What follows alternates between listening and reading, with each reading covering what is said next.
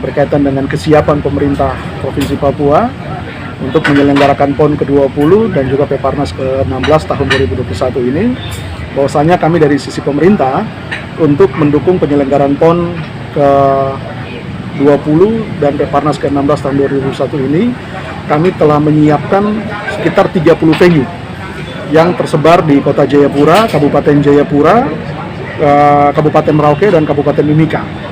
Dari 30 venue ini kami bangun dengan sumber pembiayaan dari APBN dengan dukungan Inpres nomor 10 tahun 2017 dan juga Inpres nomor 1 tahun 2020, kemudian dengan sumber dana dari APBD Provinsi dan APBD Kabupaten. Dan puji Tuhan secara keseluruhan venue-venue ini sudah pada posisi di atas 90%. Ada venue yang sudah selesai dan sudah diresmikan oleh Bapak Gubernur pada tanggal 23 Oktober 2020 yang lalu, dan puji Tuhan itu semua venue-venue yang diresmikan itu bersumber dari dana APBD Provinsi. Jadi secara pembangunan venue, dari sisi kesiapan pembangunan venue, kami dapat pastikan bahwa semua venue sudah siap untuk digunakan pada saat penyelenggaraan PON ke-20 dan Peparnas ke-16. Berkaitan dengan ada satu venue permanen yang sampai saat ini belum dibangun, yaitu rugby. Memang kami secara teknis itu baru mendapatkan informasi bahwa venue ini tidak bisa menggunakan, tadinya kan oleh technical delegate ya, atau dari federasinya itu memberikan rekomendasi bahwasanya untuk venue rugby itu bisa menggunakan lapangan kriket. Namun pada pertengahan tahun 2020 yang lalu, setelah technical delegate-nya melakukan fact-finding ke lapangan dan melihat kondisi lapangan kriket, mereka mengambil kesimpulan bahwasanya lapangan kriket itu tidak bisa digunakan untuk pertandingan rugby. Sehingga rekomendasi yang dihasilkan pada saat itu mengharapkan kepada pemerintah daerah untuk menyiapkan pembangunan venue rugby. Sehingga dengan skenario perencanaan penganggaran yang ada, kami baru bisa menganggarkan itu di APBD tahun 2021. Nah, inilah yang membuat kenapa sampai venue rugby ini dia sedikit terlambat daripada venue-venue yang lain. Karena memang secara teknis kami baru mendapat pemberitahuan itu di pertengahan tahun 2020. Ini perlu saya klarifikasi. Nah, kami secara teknis untuk venue rugby sendiri itu overall kami sangat fokus di sisi penyiapan field of play-nya atau lapangan pertandingannya. Nah, kami sudah diskusi panjang lebar dengan technical delegate dari Federasi Rugby bahwasanya khusus untuk lapangan rugby ini kami optimis bisa selesai dalam waktu 3-4 bulan. Kenapa? Karena dia hanya menggunakan rumput sintetik. Dia hanya menggunakan rumput sintetik, dan prosesnya saat ini kami sementara lakukan lelang administrasinya. Nah, kami berharap kalau lelang ini bisa selesai di bulan Mei, bulan Juni itu minggu pertama kita sudah mulai running. Kita sudah mulai running bekerja, dan kami dari sisi kontrak dengan pihak ketiga itu di dalam syarat-syarat khususnya itu kami sudah menghendaki untuk pekerjaan ini bisa 2-3 shift, sehingga waktu yang ada itu bisa kita maksimalkan untuk penyelesaian venue rugby. Jadi sekali lagi saya mau tegaskan kepada masyarakat umum maupun secara khusus masyarakat Papua bahwasanya khusus untuk venue rugby yang nanti kami rencanakan bangun di lahan milik Lanut TNI Angkatan Udara, itu kami optimis bisa selesai sebelum pelaksanaan PON. Jadi karena kami sudah mempelajari dan kami sudah membuat simulasi bagaimana proses pembangunan venue ini dengan ketersediaan waktu yang tersisa. Nah, itu sekali lagi saya atas nama pemerintah daerah Provinsi Papua memberikan justifikasi bahwa untuk venue permanen yang kami bangun untuk venue rugby itu sekali lagi dapat kami selesaikan. Yang berikut ada juga beberapa venue-venue temporary yang memang saat ini sementara disiapkan pembangunannya oleh teman-teman dari Dinas PUPR Provinsi.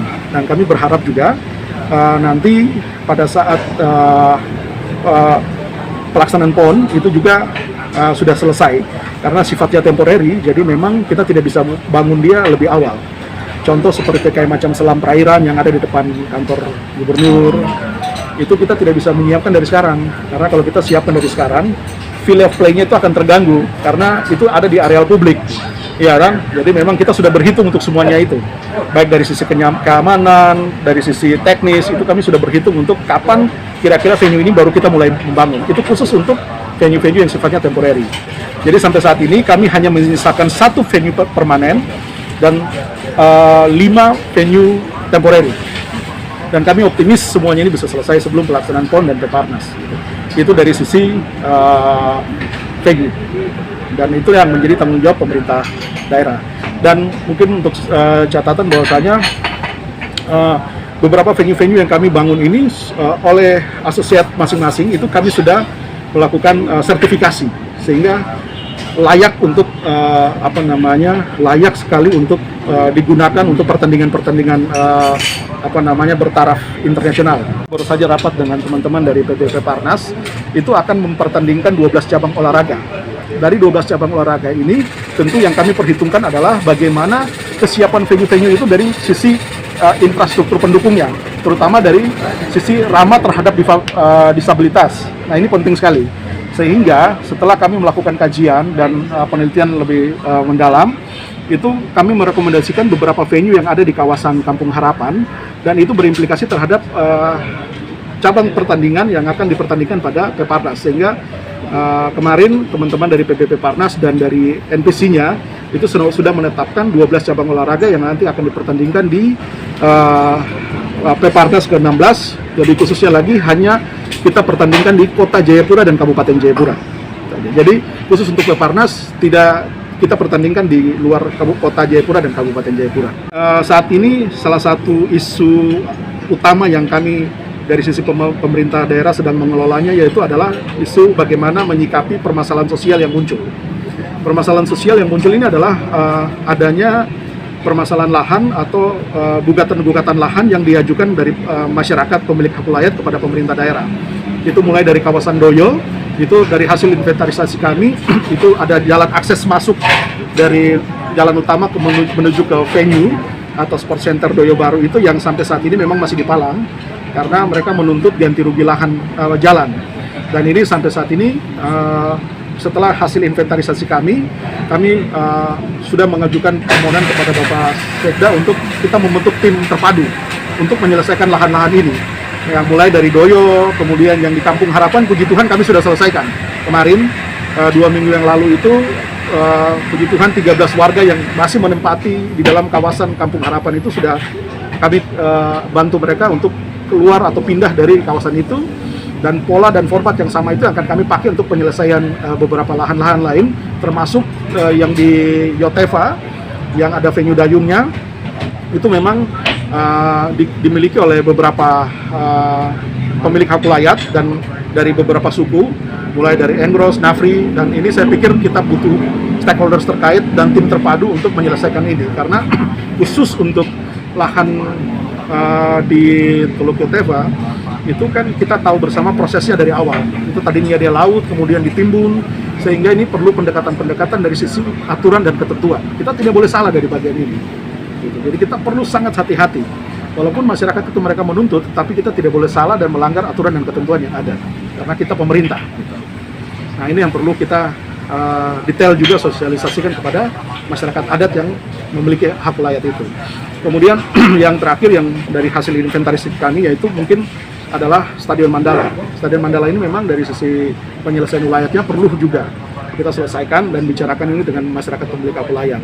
Sehingga kami kemarin dalam diskusi informal dengan Bapak Sekda, kami sudah mengusulkan agar segera dibentuk tim terpadu, apakah itu dari pemerintah provinsi, pemerintah Kota Jayapura, Kabupaten Jayapura, pengadilan ataupun pertanahan kota, kabupaten, ya atau kejaksaan, kepolisian, sehingga kita sama-sama bisa menyelesaikan ini karena ini event PON dan bagian untuk penyelesaian lahan statusnya clean and clear itu adalah bagian pemerintah daerah.